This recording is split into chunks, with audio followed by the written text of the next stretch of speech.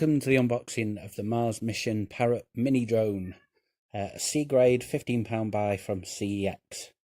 Not sure it is C grade actually, it looks in really good condition, and all the stickers and instructions haven't been opened, or if they have, they've been put back very nicely. Very nice welcome message in terms of the box there, and a few of the other models available in terms of what drones are available in this range. The battery's proprietary. Single cell 3.7 volt 550 milliamp power. Just a warning, don't fly with the prop guards on. It does not work. I've had two of these now, this is my second, and yeah, don't bother with the prop guards. They are unflyable on the phone and the fly pad. As you can see, the stickers are unused there.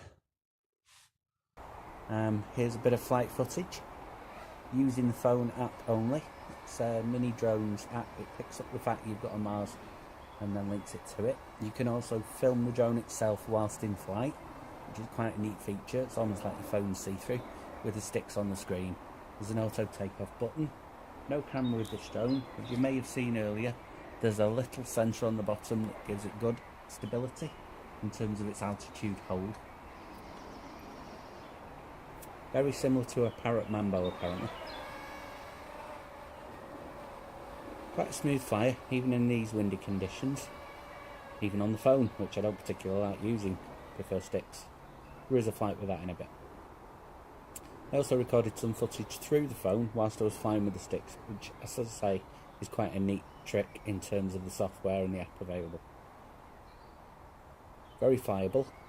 It's not steady as anything like a Tello, but nearly is. It doesn't have a camera. But at the end of the day, the Tello camera's not that great unless you spend lots of money. Doesn't come with a controller, but I got one fairly cheap from CX. As you'll see, it was £12 plus £150 delivery. So the whole setup was £27.50. No, sorry, £29 including delivery of the drone, which was something to just fly around with. Is great value. As I say, no camera as such. I may try and put an all-in-one on and try a bit of FPV, but I'm not sure whether it'll take the weight. We'll see. Anyway, back to the Q6 footage. Here's a bit of flight going on in terms of against the wind and around. There is a crash later on in the video using the fly pad, and the drone doesn't suffer at all, even though it's quite a heavy one, as you'll see. Fly pad auto binds once you've linked it via the outfit, only on one occasion. So that's quite useful.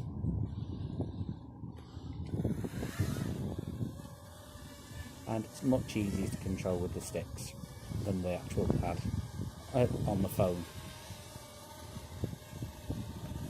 The fly pad itself has an internal battery which is rechargeable, so no more AAs or AAAs.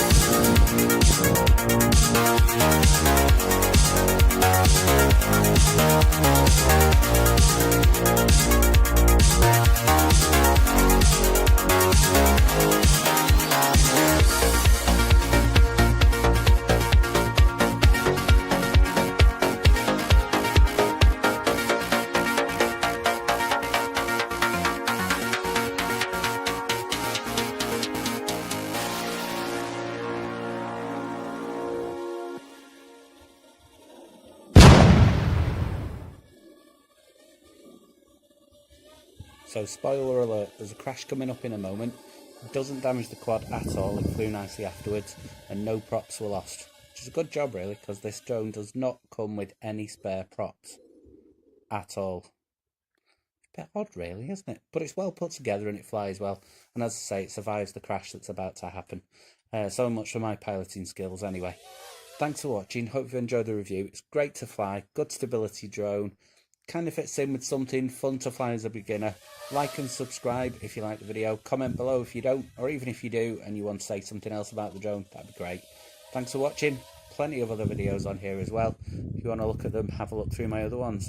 Thanks again.